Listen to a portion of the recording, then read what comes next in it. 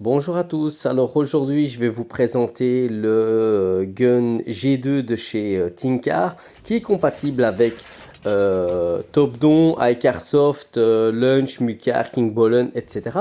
Donc et si vous n'avez pas bien évidemment ça, vous pouvez l'utiliser avec votre smartphone afin d'identifier les différents capteurs comme vous pouvez le voir. Là sur table, j'ai testé les capteurs individuellement. Je vais vous montrer sur le véhicule, ça va être plus facile. Voilà, je viens de l'allumer. Donc je vais sur TPMS, je le connecte directement.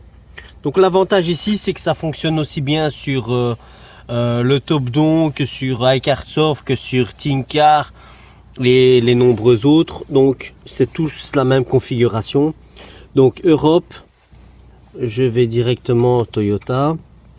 Voilà, Toyota, c'est une Auris. Et voilà. Donc, c'est ce qui se passe. Donc, la première possibilité, c'est de les activer. On a la possibilité de les programmer, d'apprendre le système et de voir au niveau diagnostic. Donc, diagnostic, bien évidemment, on va lire les défauts, effacer les défauts, etc. Mais pour ça, il faut bien évidemment brancher le VCI, forcément. Donc, ici, hop, je retourne en arrière. Voilà. Au niveau de l'activation et de la lecture, là ici, il est prêt à lire en gros donc le capteur avant gauche. Donc directement, je vais sur le véhicule. C'est parti.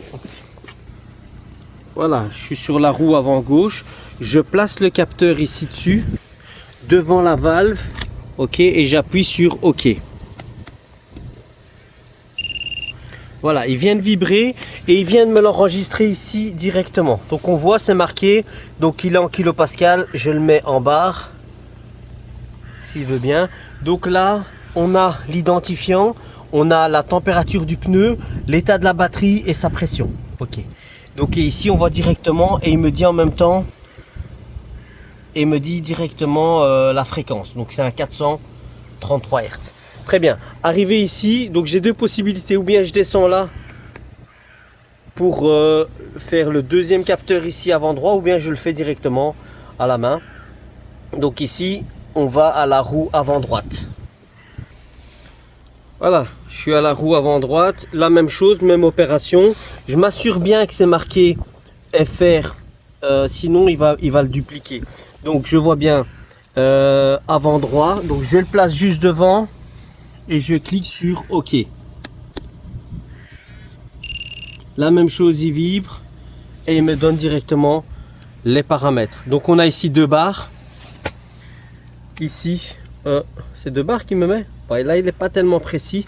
Je suis pas content de ça. Mais voilà, il m'identifie le truc et il me met que c'est quand même 2 barres 4. Donc entre 2 barres 4 et 2 barres, il y a un manque de précision ici. Très bien. Donc ici, je passe à la roue suivante. Je descends la flèche. Je vais appuyer. Hop, on voit bien qu'il descend. C'est parti. Je vais passer à la roue arrière droite. Voilà, je me trouve à la roue arrière droite. Même opération. Je m'assure bien que je suis sur RR. Donc, qui veut dire right, shoulder down. Je place mon pistolet, le gun. Je clique sur OK et on va voir directement ce qui va se passer.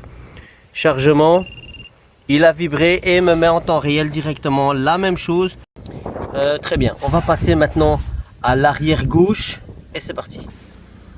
Bon, je suis à l'arrière gauche, même opération, je place, j'appuie sur OK. C'est nickel. Ah, je me suis trompé. J'ai pas mis arrière, j'ai pas descendu. Donc ouais. Je dois recommencer de l'autre côté. Voilà, donc j'ai recommencé vu que je m'étais trompé. C'est important de bien à chaque fois redescendre à l'aide de la flèche, de pouvoir à chaque fois dire voilà, maintenant je vais faire l'arrière gauche. Je présente le gun, même opération, OK. Et pour lui, il a été dupliqué. Forcément, j'ai mis le même capteur sur les deux roues arrière. C'est logique qu'il détecte que ça a été dupliqué. Voilà. Donc vous voyez que forcément il faut éviter de se tromper, sinon à chaque fois ça va répéter le même code. Voilà. Et on voit bien que on a l'identifiant de chaque capteur ainsi que son état, sa température et l'état de la batterie. Au niveau de la programmation, quand vous êtes prêt à programmer, le gun commence à vous dire donc qu'est-ce que vous voulez programmer. Donc il peut programmer automatiquement, ou bien vous pouvez le faire manuellement, ou alors faire activer une copie. Donc ce qu'on va faire, c'est copier un peu le système. Il va lire donc le capteur et il va le copier sur un nouveau. Ou bien on peut le faire via OBD, et ici c'est simplement lire les Q. Au niveau de l'apprentissage, bon, il vous donne ici une petite explication comment on peut faire étape par étape. Donc c'est vraiment intéressant. Très très bonne nouvelle que ThinKar fait ça. Le gun coûte plus ou moins 100 €, je vais dire. Et je suis très content parce que enfin content et pas content à la fois, parce que les fournisseurs ont malheureusement pas voulu me dire que c'était compatible. Alors j'ai quand même pris le risque, parce que quand j'ai demandé à Topdon, ils m'ont dit qu'ils l'avaient pas encore. Et lorsque j'ai demandé à Airsoft, ils m'ont dit bah ils l'ont toujours pas, et que c'est peut-être que c'est compatible avec les guns de chez Lunch, etc. Donc ici j'ai quand même pris le risque de prendre le ThinKar, qui est quand même un chouette petit tool abordable, hein.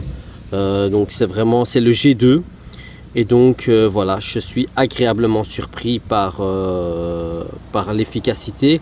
Vous voyez que ici il me le met bel et bien donc en kilopascal.